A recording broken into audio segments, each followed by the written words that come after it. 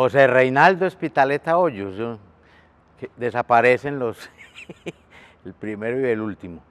Bueno, lo de ser bellanita, pues es que primero eso es da carácter, eso es lo que yo siempre he pensado, que ser de Bello da carácter, porque es un pueblo, una ciudad con muchos contrastes y contradicciones de carácter social, y que además en la historia es muy importante Bello.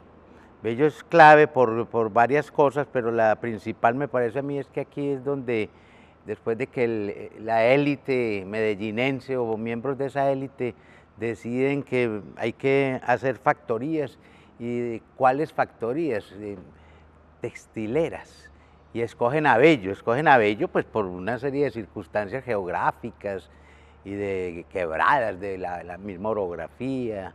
Es muy importante eso, que se decida que es aquí en Bello donde va a estar la primera fábrica textilera. Entonces mira que eso ya va condicionando una serie de asuntos para Bello, que a partir de ahí se va a transformar en muchas cosas, en el lenguaje, en la planeación, si es que la hubo, en las nuevas formas de hablar.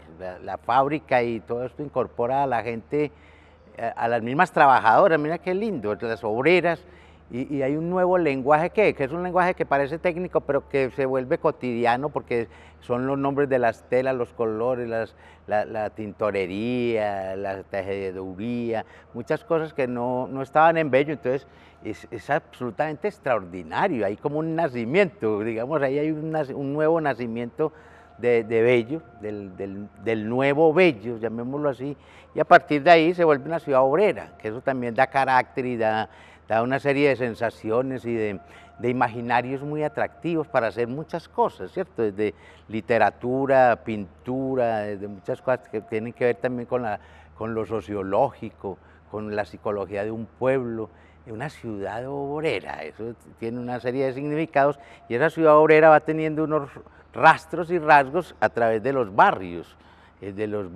por un lado, de los barrios de trabajadores, que eso también hay una cierta dignidad en las casas y una arquitectura particular en esos 3 o 4 barrios que se funden aquí. Entonces esa ciudad obrera va a prevalecer durante mucho tiempo, digamos durante mucho tiempo, por lo menos hasta los años 60. Y luego, a ver, Bello va a tener otra cosa que te decía, que Bello da carácter, porque Bello en los 50 fue muy violento en el sentido del laureanismo, de esa presencia de unos godos recalcitrantes, y que aquí en Bello estaban también una cosa muy particular, que es los que usaban machete, pero para dar plan, ¿cierto? Para dar plan inicialmente, los aplanchadores. Entonces Bello era terrible. Entonces hay otro, ya no es la ciudad obrera solamente, sino una ciudad peligrosa. Una ciudad peligrosa porque hay uno revisa prensa de la época, hay muchas noticias de crímenes, de acosos, del asunto muy conservador este pueblo, muy godo. A ver, incluso que como la otra referencia que me faltó es la gramática. La gramática siempre es conservadora. Mira que una gramática es para conservar, que es, claro, es una disciplina tremenda, pero es para conservar. Entonces yo creo que eso también nos dio cierto asunto del espíritu conservador que se mantuvo aquí en Bello, y que sigue, ¿cierto? Una cosa como de ir contra la corriente histórica, contra eso que se llamaba el progreso. Entonces yo siento que uno, ser de Bello, tiene una incorporación con la historia, con la gente, con el peligro, con esos imaginarios después de que llega al hospital mental. Mira que eso también es interesante, trasladan el hospital mental de Aranjuez para acá, de Bermejal para acá. Entonces Bello es el pueblo de los locos, ya no es de los obreros, sino de locos. Entonces vamos como haciendo unas transiciones ya para los años 60 muy extrañas. Y eso sin tocar todavía ya la debacle que sufre pues muchos pueblos, pero Bello también va a ser un escenario ya en los 90, con el surgimiento pues en Medellín de los carteles. Entonces Bello es un escenario también ya no de los aplanchadores de los 50, sino una cosa que me parece que es todavía más violenta, que son los muchachos al servicio como un ejército privado del capo mayor del narcotráfico. Entonces esa es otra coyuntura de Bello. Entonces, por eso te digo, si uno vivió aquí, creció aquí, es porque tiene un carácter especial que no los tienen ni los de Envigado, ni de Itagüí, ni los de Medellín. Entonces, muy bacano eso de ser de Bello realmente. Yo me fui hace muchos años, digamos, empezando en el 80, el 81, 82, tal vez me fui a Medellín ya a vivir, pero siempre el vínculo fue a través de la historia, que esto con tanta historia y nadie la relataba. Entonces nos dio por fundar el Centro de Historia de Bello, que eso también es otro, como el ombliguito que uno sigue manteniendo aquí. Y ese es mi vínculo con Bello, es a través de la investigación de la historia local. Bello sonaba, entonces había como un poco de gente que eran músicos. Yo me acuerdo de Toñita, de las que tenía como una estudiantina muy especial, y había la cosa de Fabricato, que era como en una época Fabricato como que impulsaba mucho el asunto de las danzas folclóricas, del manejo del cuerpo en otras cosas. Entonces Fabricato fue también creando como una especie de rituales en Bello que tenían que ver más con creo que Bello era como de pura danza, del pasillo, del bambuco, de esas danzas que son muy bonitas. Y yo recuerdo muchas señoras con sus trajes largos en distintos barrios bailando, eso es una. A ver, Lola, pues cierto, Lola siempre fue como, aunque uno de peladito no tenía ni idea de Lola ni nada, sino que Lola estaba ahí también en la presencia avellanita, una señora que además enseñaba artes aquí en Fabricato, en el secretariado, y después Lola se va como convirtiendo en una especie de emblema, ¿cierto? De emblema, y a partir de Lola ya vienen un poco de artistas que van haciendo visibles, pues para uno, pues Fabián, estaba también, estaba Flor María, pues un poco sobre todo pintores que van surgiendo, de escultores, Gabriel Restrepo, que era del barrio Manchester, en fin, entonces sí había como una relación de Bello con la sensibilidad artística. Bueno, fuera de la pintura, en escultura, pues yo no me acuerdo mucho que aquí hubieran hecho esculturas, fuera de los bustos de Marco Fidel y esas cosas, uno no veía más nada, digo, en mi infancia y parte de la adolescencia.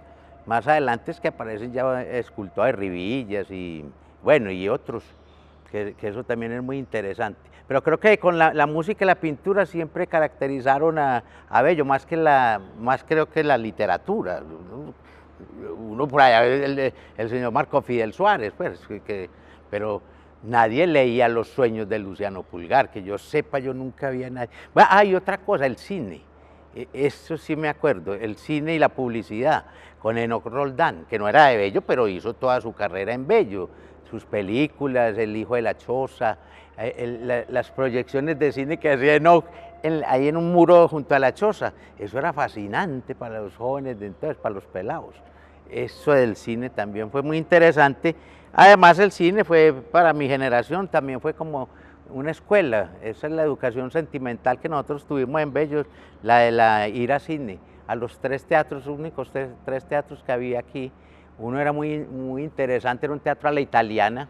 Ustedes no lo conocieron, pero y yo no sabía que eso era un teatro a la italiana, eso fue que después lo supe, muy bonito, con palcos y balcones, y que lo diseñó precisamente un italiano, el mismo que diseñó la iglesia del Rosario, Albano Germanetti, se llamaba el señor italiano que vino aquí a hacer esos diseños. El Teatro Bello, que lo derribaron y tumbaron todo eso, y ya es un edificio gris y que no comunica nada.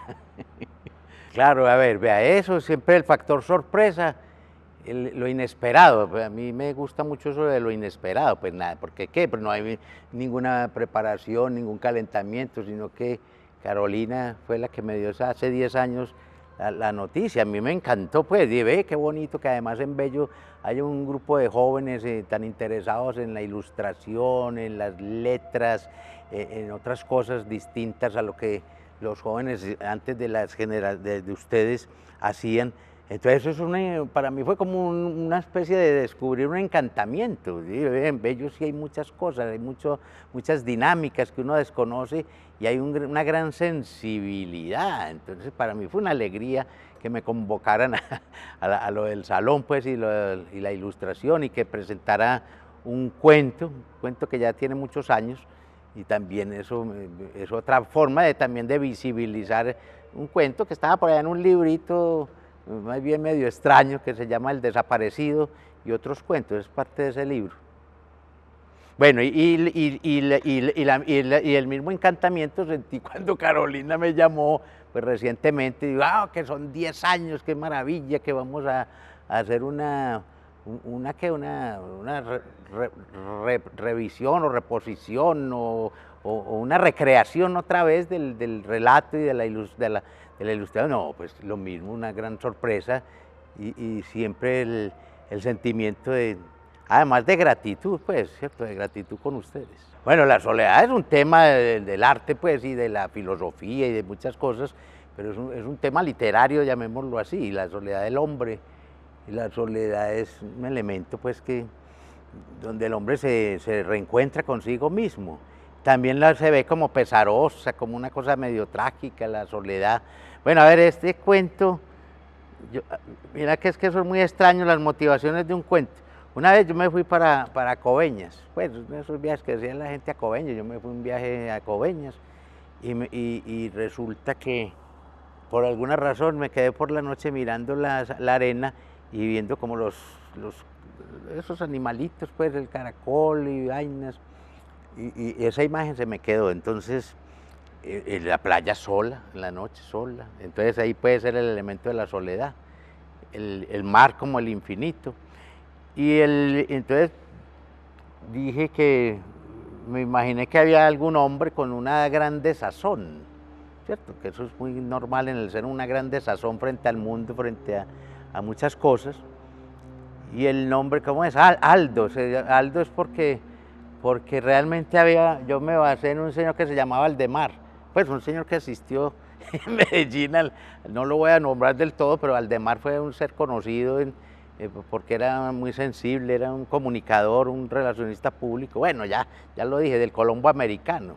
Es el único Aldemar que yo conocía en ese entonces, yo no conocía. Entonces de ahí salió el nombre, lo de Aldo, Aldemar, un juego de palabras, Marín, con lo del Aldemar, pues hay un juego que solamente el autor es el que da uno, lo que busca es que haya sonoridad también, que no quede eso medio feo, sino que tenga alguna musicalidad el nombre, y alguna sensación de que ese nombre pertenece a un ser que es triste. Bueno, no, la edición ya es digamos, es un paso que precede a la publicación. Yo tengo muchas cosas que no se han publicado. A ver, de todas maneras, como yo fui editor de prensa, de alguna forma también hago el ejercicio de dejar los escritos reposando mucho tiempo y volverlos a mirar y hacerles edición. Es la primera edición que yo hago, siempre es esa, de corregir, de cambiar el punto de vista, un poco de proceso pues que cualquier escritor lo hace, pero en mi caso, pues como yo también fui editor de otros, entonces ya me pongo como si fuera también el otro, y reviso eso como si no fueran mis textos. Y es un ejercicio que se va aprendiendo y se va volviendo como cotidiano. La otra es que siempre con los que he publicado me he encontrado con muy buenos editores, gente que le hace ver a uno que eso no es así, o que estaba equivocado en algún enfoque, etcétera, etcétera, o que hay una repetición, o que el carácter de esta persona no correspondía a lo que está. Bueno, esas cosas es lo que hace un editor, un buen editor.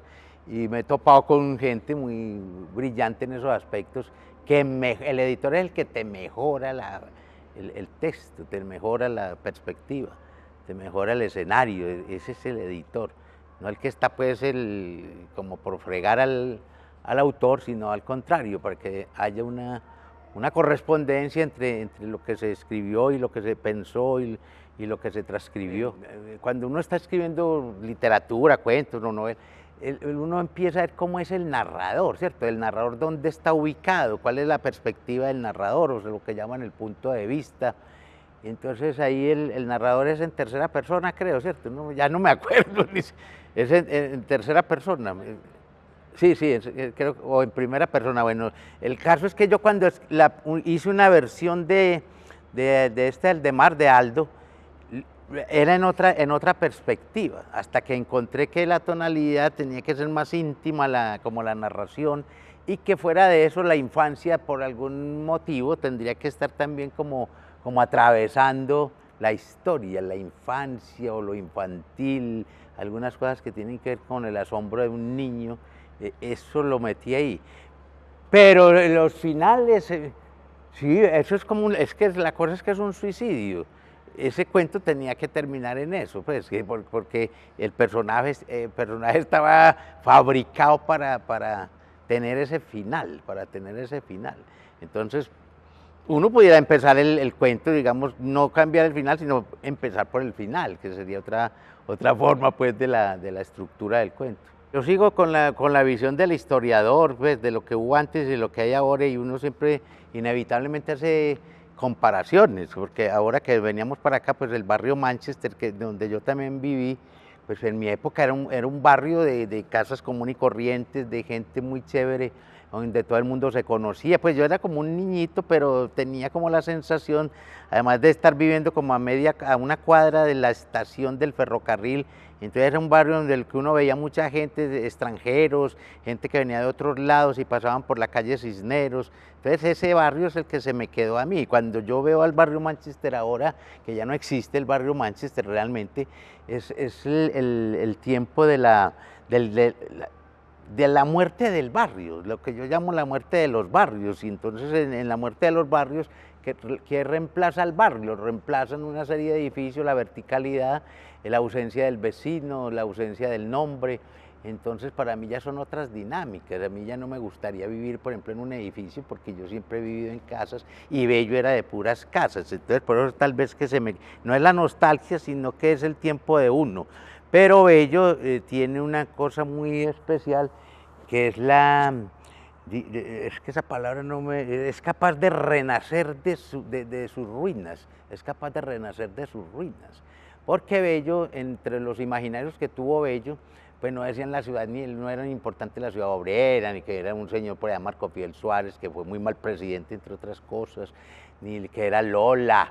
No, no, era el imaginario de la ciudad absolutamente bandidesca y peligrosa. Ese es un imaginario que hubo que borrar después, pero que ha sido muy complicado ¿por qué? Entonces aquí tienen que salir gente como ustedes, las corrientes de artistas, las corrientes de ilustradores, de poetas, de músicos, de pensadores, de gente que reflexiona la ciudad. Ese es el nuevo Bello. Ese es el nuevo Bello. Yo lo que veo es que hay unas dinámicas muy interesantes entre las nuevas generaciones que son fascinantes, pues en serio, que uno lo descrestan. Es el pertenecer a algo. Esos muchachos, ustedes ya así odiaran a Bello, porque es que Bello también es para odiarse, pero no por Bello en sí mismo, sino que odiaba uno de Bello, la corrupción, el desgreño administrativo. A mí que me tocó un pueblo sin agua, es que aquí no había servicio de acueducto ni agua potable, entonces uno que odiaba de eso, la desgracia de estar en un pueblo que tenía unas fábricas y un taller del ferrocarril y cosas de lo moderno, pero la gente no tenía agua potable, eso era increíble. Entonces eso es formas de odiar. Pero a mí me parece que Bello sigue siendo un laboratorio. Al principio fue un laboratorio y sigue siendo un laboratorio ahora, ya no pues yo no de delincuentes, pues que seguramente hay como en todos lados y bandas, pero los jóvenes los veo desde otra perspectiva, unos jóvenes de una sensibilidad, jóvenes que tocan el cello, el violín, la guitarra, que cantan, y hay una sensibilidad por ciertas músicas distintas a las del mercado, pues entonces eso me parece que es no es resurrección, es una nueva dinámica de un Bello que está sembrado de edificios y que en el sentido de que ya no están los barrios de antes, pero los muchachos tienen lugares de encuentro, no sé si muchos, pero esos lugares de encuentro como este de la música, del teatro, eso es muy bonito. Entonces es la parte que hay que rescatar de este pueblo, de esta ciudad tan grande, es que esto se creció, a mí me tocó un Bello chiquitico, pero esto ahora pues yo ya no conozco a Bello realmente. Lo que hacen, eso hay que cultivarlo, es decir, las cosas no vienen del cielo, ni es el maná, ni las musas, sino que uno tiene que leer. Yo siempre digo a la gente, usted va a ser ingeniero, pero lea, va a ser médico, va a ser embolador, lea, lea, lea, lea. La lectura te pone el cerebro a vibrar en otras ondas. Entonces, yo siempre digo, no hay que leer, eso es esencial para cualquier asunto en el mundo y más para los que son creadores. Si vos sos un ilustrador, pues sí, la literatura te llena de imágenes, de figuras, te da criterio, te estructura mentalmente. Entonces me parece que leer es un acto muy inteligente, ¿cierto? Un acto que además cultiva otro elemento que es la imaginación. A partir de ahí, usted tiene imaginación, hace lo que quiere ya, hace lo que quiere en su arte, en lo que usted escogió para vivir con eso. Entonces ese es el consejo, ¿no? Y que sea, a ver, yo me acuerdo de William Faulkner, pues, que por citar algo aquí, usted puede tener mucho talento, pero si no tiene disciplina no hay nada. Entonces trabaje siempre. El talento tiene que usted que cultivarlo, pero todos los días usted escriba, pinte, ilustre, lea, no sé qué. Esa es la práctica, pues, digamos, esos son los dos aspectos de un artista. En este caso, tiene que, sí, tener talento, por supuesto, pero no le basta el talento, sino que dele con lo que está haciendo. Pinte todos los días, ilustre todos los días, o lea todos los días, o escriba todos los días. Ese todos los días es una exageración, pues, pero esa es la fórmula, llamémoslo así, que no hay fórmulas tampoco.